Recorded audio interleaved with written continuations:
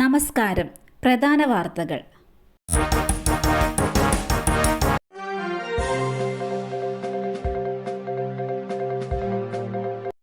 മാർപ്പാപ്പയെ ഇന്ത്യയിലേക്ക് ക്ഷണിച്ച് പ്രധാനമന്ത്രി.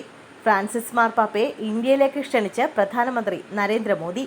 G7 വേദിയിൽ വെച്ച് കണ്ടപ്പോഴാണ് മാർപ്പാപ്പയെ പ്രധാനമന്ത്രി ഇന്ത്യയിലേക്ക് ക്ഷണിച്ചത്. മാർപ്പാപ്പയെ ആലിംഗനം ചെയ്തുകൊണ്ടാണ് മോദി സംസാരിച്ചത്. ജനങ്ങളെ സേവിക്കാനുള്ള മാർപ്പാപ്പയുടെ പ്രതിബദ്ധതയെ ആദരിക്കുന്നുവെന്ന് മോദി പറഞ്ഞു.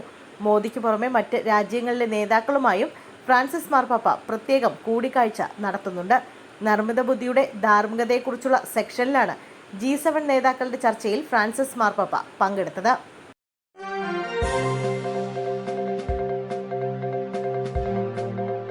ചന്ദ്രയാൻ 1 മിഷൻ ഡയറക്ടറായിരുന്ന ശ്രീനിവാസ് ഹെഗ്ഡെ അന്തരിച്ചു. ചന്ദ്രയാൻ 1 മിഷൻ ഡയറക്ടർ ശ്രീനിവാസ് ഹെഗ്ഡെ അന്തരിച്ചു. 71 വയസ്സായിരുന്നു. ബംഗളൂരുവിലെ സ്വകാര്യ ആശുപത്രിയിൽ ചികിത്സയിലായിരുന്നു ഇദ്ദേഹം. 30 വർഷത്തോളം ഇസ്രയേലിൽ പ്രവർത്തിച്ച ഇദ്ദേഹം നിർണായകമായ നിരവധി ദൗത്യങ്ങളിൽ പങ്കാളിയായിരുന്നു. 2014 ഇസ്രയേലിൽ നിന്ന് വിരമിച്ച ഇദ്ദേഹം ബംഗളൂരു ആസ്ഥാനമായുള്ള ഇൻഡസ് എന്ന സ്റ്റാർട്ടപ്പുമായി ബന്ധപ്പെട്ട് പ്രവർത്തിച്ച് വരികയായിരുന്നു.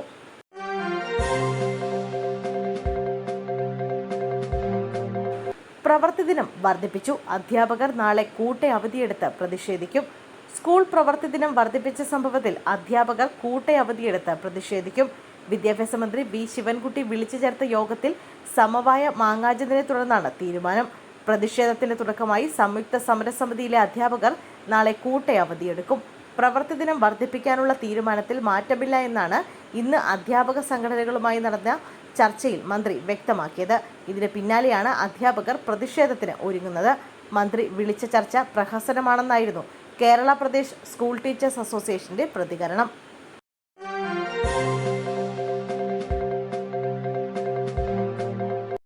രാഹുൽ ഒഴിയുന്ന ലോക്സഭാ സീറ്റിൽ പ്രിയങ്ക മത്സരിക്കും.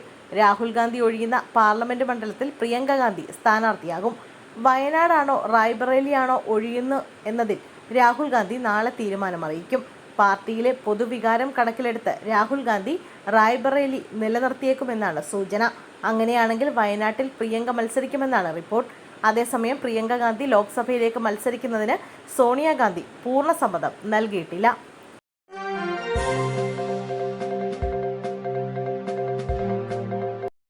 പാർട്ടി ഓഫീസിൽ മിശ്രവിവാഹം. CPM ജില്ലാ കമ്മിറ്റി ഓഫീസ് അടിച്ചു തകർത്തു. മിശ്രവിവാഹത്തിന് നേതൃത്വം നൽകിയെന്നാരോപിച്ച് CPM ജില്ലാ കമ്മിറ്റി ഓഫീസ് തല്ലി തകർത്തു. പെൺവീട്ടുകാരാണ് ഓഫീസ് അടിച്ചു തകർത്തതെന്നാണ് റിപ്പോർട്ട്. തമിഴ്നാട് തിരുനെൽവേലിയിലാണ് സംഭവം. തിരുനെൽവേലി സ്വദേശികളായ യുവാവിൻ്റെയും യുവതിയുടെയും വിവാഹം ഇന്നലെ ഓഫീസിൽ വെച്ച് നടന്നിരുന്നു. ദളിത് യുവാവുമായി പ്രബല ജാതിയിൽപ്പെട്ട പെൺകുട്ടിയുടെ വിവാഹമാണ് പാർട്ടി ഇടപെട്ട് നടത്തിയത്. ഇതിൽ പ്രകോപിതരായ പെൺവീട്ടുകാരാണ് ഓഫീസ് അടിച്ചു തകർത്തത്. ഓഫീസിന്റെ ചില്ലുകളും ഫർണിച്ചറുകളുമെല്ലാം നശിപ്പിച്ചു. പാർട്ടി ഓഫീസിലുണ്ടായിരുന്ന പ്രവർത്തകരെയും ആക്രമിച്ചു. സംഭവത്തിൽ കണ്ടാലറിയാവുന്ന 30ഓളം പേർക്കെതിരെ തിരുനെൽവേലി പോലീസ് കേസെടുത്തിട്ടുണ്ട്. സ്ത്രീകളടക്കമുള്ള സംഘമാണ് ഓഫീസിലെത്തി അക്രമം അഴിച്ചുവിട്ടതെന്ന് CPM പ്രതികരിച്ചു.